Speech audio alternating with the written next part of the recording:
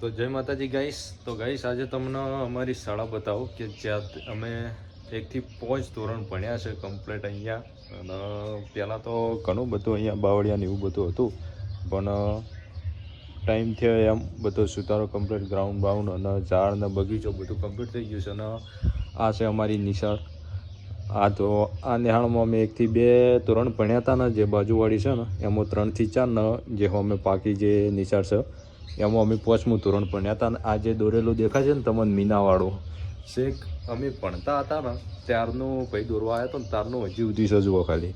હવે માથે લગભગ કલર કર્યો છે એટલે થોડું ઓછું દેખાય છે, નકર આ બધું એકદમ કલરિંગ વીઆઈપી દેખાતું હતું ના નિશાળમાં અમે ભણતા. અને આ જે લોબી દેખાય છે ને તેઓ જમવા બેસતા.